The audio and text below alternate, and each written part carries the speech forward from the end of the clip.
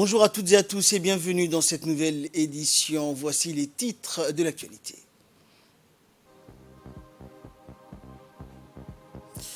Un atelier de partage et d'échange avec la société civile a été organisé au Djibouti Palace Kempinski.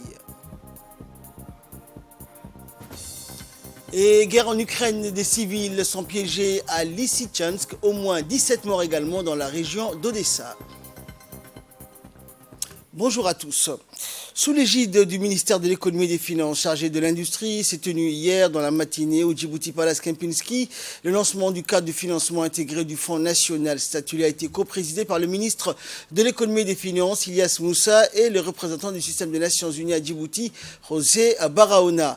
Dans le cadre du Fonds pour les objectifs du développement durable, le programme conjoint aide à Djibouti à établir, développer et maintenir de nouveaux systèmes de mécanismes et de financement pour attirer les investisseurs nationaux et internationaux conformément à une nouvelle stratégie nationale de développement en répondant aux défis de développement mis en évidence par la Covid-19 et en accélérant les progrès sur l'agenda 2030 et les objectifs de développement durable. Le PNUD, l'UNICEF et le PAM, en étroite collaboration avec l'équipe de pays des Nations Unies et sous la direction générale du coordinateur résident des Nations Unies, soutiennent directement le gouvernement dans ses efforts pour intégrer les ODD et leurs coûts afin de déterminer le déficit de financement nécessaire pour faire le pont vers 2030. Également prioriser le pacte de solidarité nationale pour la réponse à la Covid-19 et les objectifs du plan national de développement et les ODD qui ont le plus grand potentiel pour offrir un développement économique et social et environnemental équitable à la population. Identifier et évaluer aussi l'état actuel des flux financiers à Djibouti et proposer une feuille de route pour développer de nouveaux instruments de financement et soutenir enfin la formulation de politiques de fonctionnement et de processus de financement nationaux. Dans la mobilisation de ressources pour la partie transport et l'énergie. On voit que le don en partie bleue, qui est un peu plus élevé pour le secteur primaire, et vous pouvez voir dans le secteur de l'assainissement, on a une mobilisation de ressources qui est quand même totalement sous forme de don. Ceci dit, encore il faudrait expliquer, parce que quand on dit ces centres de financement sur prêt ou crédit, ces financements, en général, ne sont pas toutes commerciales. À 90% de nos crédits sont essentiellement, ce sont des crédits concessionnels, donc nous avons contracté avec les partenaires classiques qui nous donnent donc des financements concessionnels. Et de son côté, le représentant du système des Nations Unies à Djibouti, José Baraona, que les Nations Unies œuvrent toujours de Djibouti donc pour améliorer les conditions de vie de la population. Et nous continuerons, a-t-il dit, effectivement, nos efforts afin de s'aider mutuellement. On écoute le représentant. Aujourd'hui, on va accompagner les ministères et le gouvernement pour voir quelles sont les stratégies pour financer notre rêve. Le modèle a changé avec les objectifs et les ODD, les objectifs de développement durable. Je crois qu'il a changé pour le mieux. Avant, l'année 2000, quand on fait les objectifs de Millennium pour 2015, toutes les forces, c'était sur les bailleurs de fonds. Il faut développer, il faut aider le développement dans les pays plus pauvres et les pays plus riches. Avec les bailleurs de fonds, doit donner de l'argent pour faire ça. Si on simplifie beaucoup, c'était la base qu'il y avait derrière le financement des objectifs de Millennium. Après 2015, on a vu que vraiment ce n'est pas suffisant. Ça, il faut continuer, c'est juste, c'est une question de justice historique aussi, mais ce n'est pas suffisant et nous avons besoin de mobiliser beaucoup plus de ressources parce que le rêve, c'est plus grand. Aujourd'hui, on a des autres sources de budget aussi. On a bien sûr la continuation de bailleurs de fonds, mais il y a aussi la responsabilité nationale, il y a les taxes, il y a les impôts, il y a les remittances des migrants, et il y a aussi de nouvelles sources de financement que nous devons bien comprendre, comme les green bonds et de toutes ces nouvelles formes de financement. Et pour sa part, le ministre de l'économie et des finances a indiqué que plusieurs projets ont été réalisés dans ce sens pour établir un véritable cadre de financement intégré du Fonds national. On l'écoute. L'essentiel aujourd'hui, c'est de vous présenter les travaux de mon équipe en collaboration avec nos partenaires et qui consiste donc à réfléchir autour du financement de notre développement. Les besoins en termes de financement, comme vous pouvez l'imaginer, très important, et surtout pour un pays comme Djibouti, avec son espace budgétaire très limité, avec une économie, avec donc sa taille en termes de PIB de l'ordre de un peu moins de 3 milliards de dollars. Le financement intégré pour le développement, ou en anglais on l'appelle Integrated National Finance Framework, est un pilier essentiel de toute stratégie.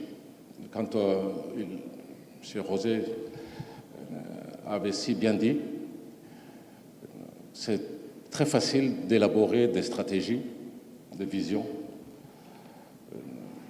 des objectifs sectoriels, mais encore faut-il avoir les moyens de son rêve, parce qu'il s'agit bien de cela. Quand nous avons réfléchi autour de la vision de Djibouti 2035 sous le leadership du chef de l'État, je me rappelle, et ça continue d'ailleurs, ces remarques continuent, on pense dans ce document, en tout cas une bonne partie de nos compatriotes, et surtout pour certains d'entre eux, éduqués, on pense qu'il s'agit d'un financement et des réalisations avec des objectifs clairs, définis, tels que donc exprimés dans le document de la vision. Après les interventions des officiels, un panel de débat et discussion autour du thème cadre de financement intégré du Fonds national a eu lieu. Ce panel a réuni le ministre de l'économie et des finances, le représentant du système des Nations Unies et la représentante du PNUD à Djibouti. Identifier et évaluer l'état actuel des flux financiers à Djibouti et proposer une feuille de route pour développer de nouveaux instruments de financement et soutenir également la formulation de politiques, de fonctions, de processus de financement nationaux afin de faciliter les flux financiers provenant de l'intérieur et de l'extérieur de Djibouti par le biais de mécanismes financiers innovants. Ce panel avait au menu des questions posées par les participants aux panélistes. Un atelier de partage et d'échange avec la société civile a eu lieu hier à l'hôtel Sheraton. L'objectif de cet atelier était d'accompagner le gouvernement djiboutien et les acteurs de la société civile pour la mise en place d'un environnement de travail favorable à la société civile en République de Djibouti. Une approche donc interactive et inclusive en plusieurs étapes privilégiée pour donner le temps de maturation nécessaire à la réforme financée par l'Union européenne. Le programme d'appui à la société civile appelé PASOK vise à soutenir la structuration et l'émergence de la société civile de Djibouti. Cette approche vise à assurer l'adhésion des acteurs au processus proposé et de délimiter avec les parties prenantes le champ de la réforme du cadre légal régissant la société civile, tout en incluant la possibilité d'intégration et de mise en place de dispositions spécifiques. L'organisation de la société civile prête à devenir de véritables partenaires du gouvernement. En effet, en s'attaquant aux obstacles qui ont depuis toujours freiné le développement des organisations, obstacles dont les plus contraignants est l'absence d'un cadre juridique couvrant leur typologie, spécificité, le PASOK permet aux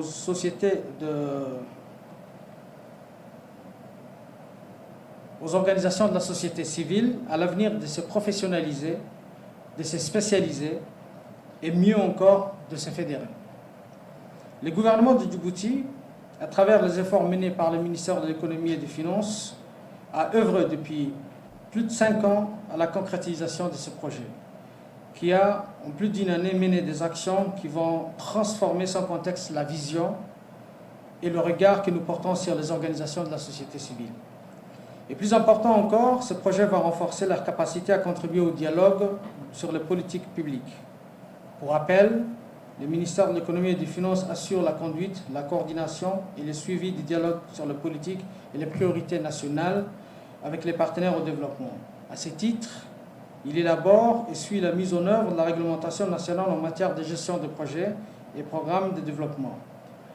Je voudrais remercier ici l'Union européenne pour son appui financier et le cabinet IBF pour la mise à disposition d'une expertise technique composée de membres expérimentés et chevronnés.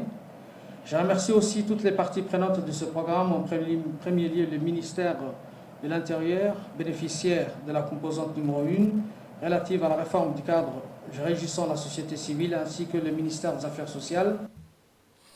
Et de son côté, le ministre de l'Intérieur a rappelé que l'objectif de cet atelier est de soutenir la structuration, la consolidation et l'émergence d'une société civile djiboutienne opérant avec l'appui et l'encadrement du ministère de l'Intérieur.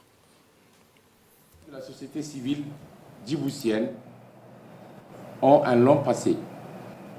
Un passé qui remonte bien avant les années d'indépendance.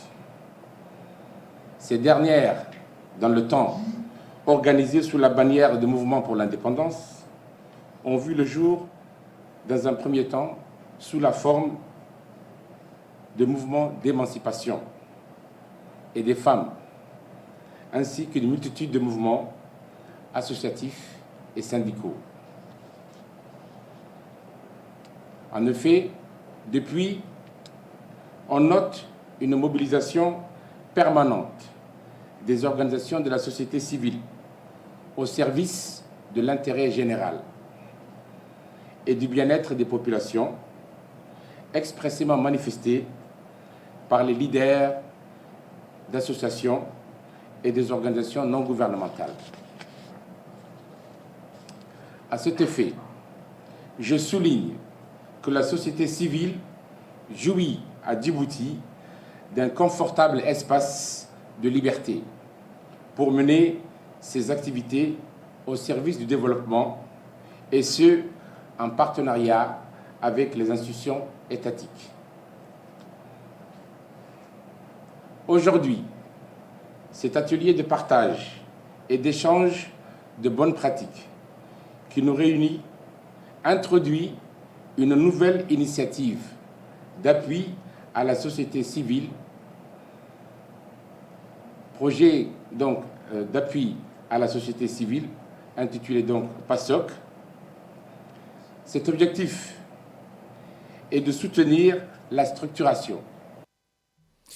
Dans l'actualité également, l'hôtel Sheraton a abrité hier une cérémonie de lancement officiel de la plateforme d'application Ride Plus qui va dorénavant faciliter le transport des taxis.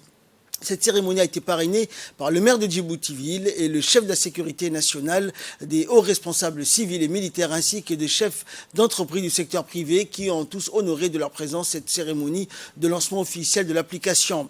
Outre les officiels, cette cérémonie a aussi vu la participation des représentants de la plateforme Ride Plus d'Éthiopie.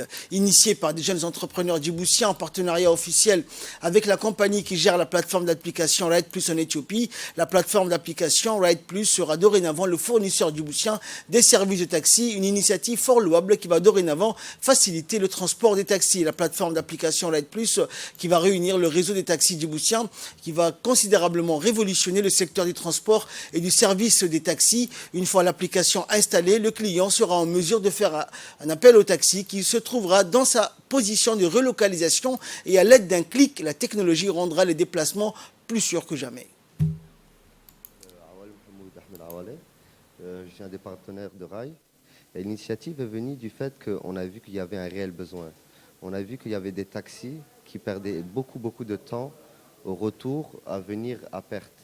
Donc l'initiative est venue en fait du fait déjà d'aider en fait nos frères taximans et aussi d'aider en fait les personnes qui ont besoin de prendre un véhicule comme le véhicule le taxi. Donc le but est aussi de ramener une sécurité. C'est que le faire à travers cette plateforme-là, le taxi sera enregistré. Donc ça veut dire qu'on a le nom du chauffeur, la plaque du véhicule. Donc ça veut dire que nos sœurs seront en confiance, pourront prendre ce taxi en toute confiance. Et du coup, cette initiative est venue aussi d'un côté pour développer le pays, pour ramener en fait une plus-value, pour dire que c'est possible de ramener ce genre d'initiative à Djibouti. En gros, c'est un message clair aussi que j'adresse à la jeunesse djiboutienne, que tout est possible, on peut tout faire. Et je voulais aussi remercier aussi mes partenaires, nos collaborateurs et tous les gens autour de moi qui m'ont aidé de proche ou de loin à réaliser ce projet. Écoutons également le maire de la ville de Djibouti qui s'est réjoui d'une telle initiative. C'est un honneur et une immense joie d'être parmi vous, de parrainer au lancement de la plateforme de réservation des taxi rides. En effet, le lancement de ce nouveau moyen de réservation est une première dans le milieu des transports, c'est-à-dire que ce mode de réservation n'existait pas auparavant. L'ère de l'analogique est terminée, même s'il reste des poches de résistance qui subsistent nostalgiques du beau vieux temps. Nous sommes à l'ère du numérique. Mesdames et messieurs, il était de coutume, quand on avait besoin d'un taxi, de se mettre sur la route ou de siffler ou de l'appeler, ou encore d'envoyer quelqu'un. Quand le téléphone portable est apparu, les exploitants de taxis ou taximans se sont dotés de cet appareil pour être joignable à tout moment et à tout lieu, ce qui améliorera les revenus par rapport aux autres taximans et ceux qui disposent par ces joujoux de technologie. Avec la nouvelle plateforme RID, tout est différent. Il suffit de télécharger l'application. Grâce à elle, nous pourrons savoir le nombre de taxis libres disponibles aux alentours de notre position géographique. Le service que je viens d'inaugurer, son lancement, à savoir l'initiative Plateforme Ride, était déjà à Addis Abeba, reflète la volonté des habitants de la Corne d'Afrique. On œuvre au développement de l'intégration régionale et socio-économique de nos pays respectifs. Ce transfert de savoir-faire frontalière permettra aux taximans des Djiboutiens d'opérer à l'instar de ceux de la capitale de l'utopie avec une nouvelle technologie. Une importante délégation composée de parlementaires djiboutiens participe actuellement à la session ordinaire de la 5e législature du Parlement panafricain qui a lieu du 27 juin au 2 juillet en Afrique du Sud. Le principal point à l'ordre du jour concernera l'élection du nouveau bureau.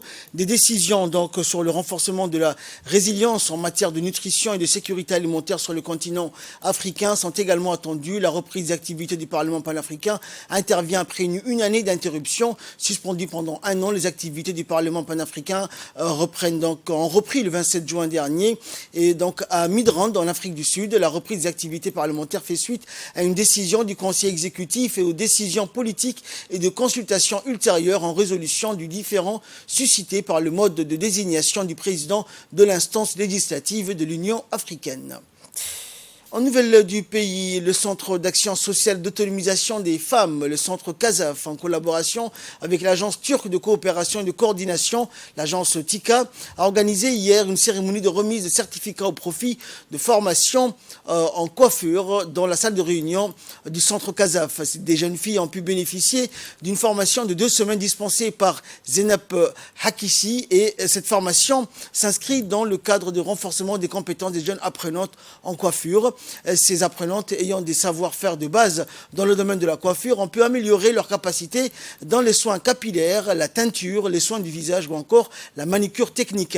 Le centre CASAF reste toujours à l'écoute des besoins du marché et se soucie à perfectionner davantage l'habileté de ces jeunes apprenantes et offre l'opportunité à celles qui en demandent. Cette cérémonie a vu la participation du conseil technique du ministère de la Femme et de la Famille, du coordinateur de l'agence TICA, de la directrice du centre CASAF, des formateurs de formation et des jeunes filles bénéficiaires.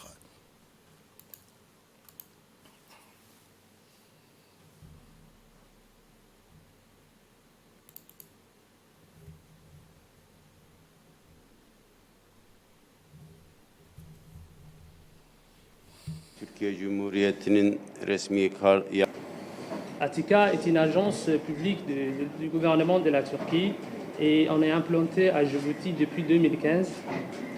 Dans le monde entier, nous avons dans 60 pays 63 offices, mais on fait des activités aussi dans des pays où il n'y a pas de bureau d'Etika, après dans 150 pays. Nous intervenons dans plusieurs secteurs, dans l'agriculture, l'éducation, la santé, les infrastructures, et dans plusieurs secteurs.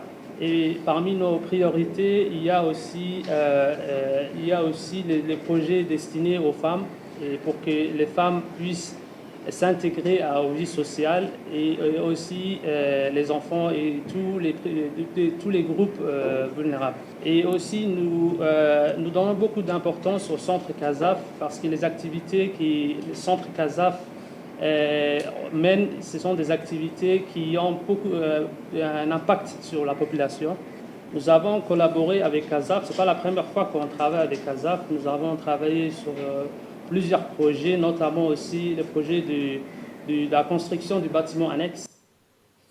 Et de son côté, le conseil technique du ministère de la Femme et de la Famille a rappelé que ce programme de formation a été réalisé dans le cadre de la collaboration entre le centre CASAF et le ministère de la Femme et de la Famille et l'agence TICA. L'un de ces objectifs du CASAF, c'est l'autonomisation des jeunes filles en matière d'éducation, d'apprentissage et de professionnalisation, mais également une autonomisation en termes sociaux afin de contribuer au développement économique et social du pays. Ces jeunes apprenantes, aujourd'hui présentes ici, qui sont en deuxième année d'apprentissage de coiffure et qui ont participé à cette formation d'une semaine dispensée par l'expert en coiffure, Madame Zinab, ont pu profiter aujourd'hui de cette formation en matière de coiffure, à savoir, exemple, tout ce qui est lissage, coloriage, également masque, etc., etc. C'est également un gain pour le CASAF en matière d'apprentissage depuis plusieurs mois. Donc, ce n'est pas la première fois. Le CASAF avait déjà eu, à travers l'agence TICA et d'autres partenaires, d'autres formations. Et l'une des premières formations, c'était M. Borek en apprentissage de cuisine. Aujourd'hui, c'est encore toujours dans le même cheminement d'apprentissage et de professionnalisation en termes de coiffure. Donc, le CASAF, de plus en plus, en tout cas pour les jeunes filles en difficulté, donne beaucoup d'accès au professionnalisme afin, d'avoir un meilleur accès au marché du travail et d'être mieux embauchés. Sous l'égide du ministère des Affaires musulmanes et des biens WAF, le complexe développement Ar-Rahma a organisé une cérémonie dédiée à la remise des diplômes de nouvelle promotion des mémorisateurs du Saint-Coran des étudiants du centre de mémorisation affilié à l'ONG Ar-Rahma. La cérémonie s'est déroulée en présence du chargé d'affaires de l'ambassade du Koweït, du directeur régional de l'ONG Ar-Rahma international à Djibouti, du superviseur des projets, du directeur du complexe éducatif. Le directeur général de l'Institut Al-Wasatiyya et la culture de la paix et le secrétaire exécutif du Haut Conseil islamique ont également participé à l'événement. La cérémonie s'est clôturée par la remise des certificats d'appréciation à 22 étudiants, jeunes filles et garçons, qui ont terminé la mémorisation du noble Coran pour cette année.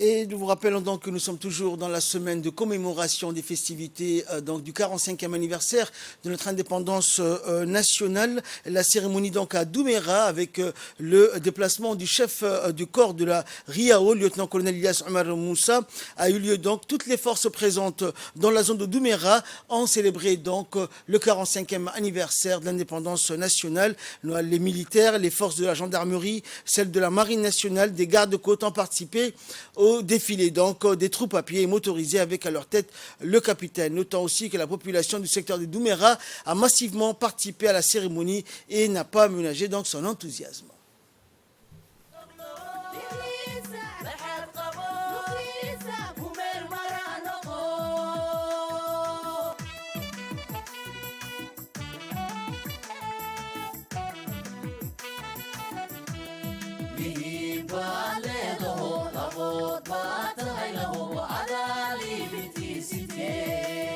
Libanti Allah kubula male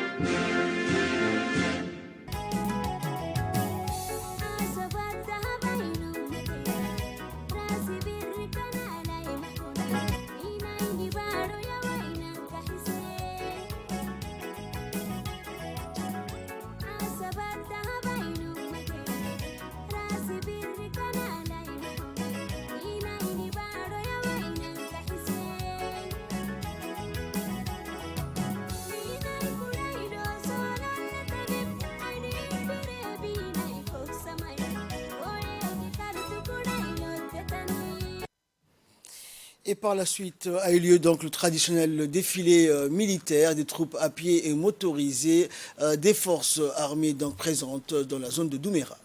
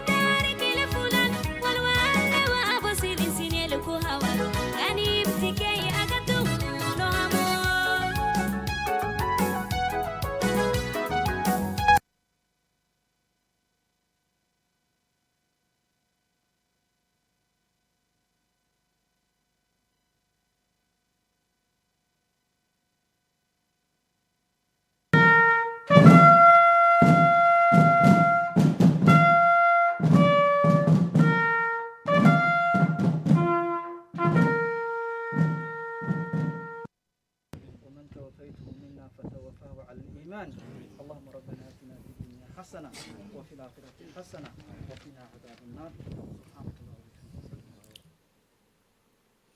Et enfin, nous restons toujours dans le nord du pays, à Tadjoura cette fois-ci. Le chef du personnel de l'OIM, l'Organisation internationale pour les migrations, Eugenio Ambrosi, les autorités locales de la région et la chef de mission de l'OIM à Djibouti, Stéphanie Davio, ont participé à la cérémonie d'inauguration de la nouvelle antenne OIM à Tadjoura. Ce bureau renforcera les efforts de l'OIM pour répondre aux besoins des migrants vulnérables qui tentent de traverser le golfe d'Aden afin de rejoindre la péninsule arabique à la recherche d'emploi, d'éducation et d'une vie meilleure. Ce nouveau bureau permettra également de renforcer l'assistance directe fournie aux migrants vulnérables transitant par cette région, y compris à travers la distribution d'eau, des articles non alimentaires et l'organisation d'activités et de sensibilisation sur les risques et les dangers de la migration irrégulière. Et de nos partenaires pour fournir une meilleure assistance aux migrants et aux populations djiboutiennes ici à Tadjoura.